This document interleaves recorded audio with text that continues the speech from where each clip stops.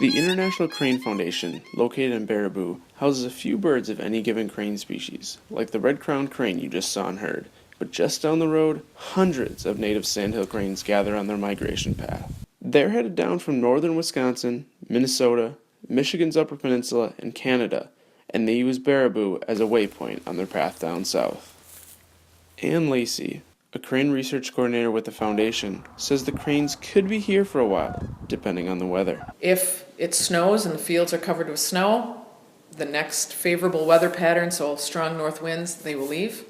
If the river freezes up and that safe roosting area is taken away from them, they will also leave as soon as possible. She says that the birds could stay in southern Wisconsin until Christmas, as long as the weather holds up. As long as that river is open, they will stay here, because why go further south when everything that meets their needs right here have been met?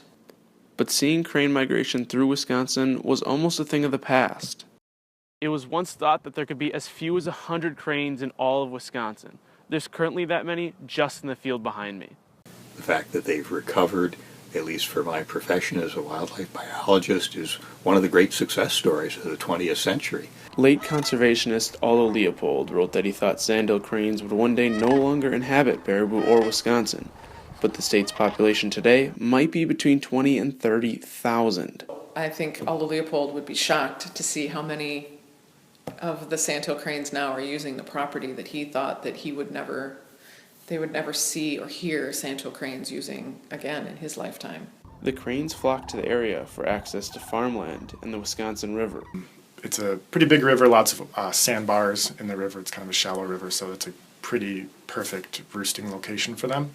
So if you're in Baraboo in the next couple of weeks, find some farmland and you're likely to see some pretty interesting birds. The behavior that they display is pretty interesting to me. They're pretty special birds, I would say. For the Badger Report, I'm Jacob Swanson.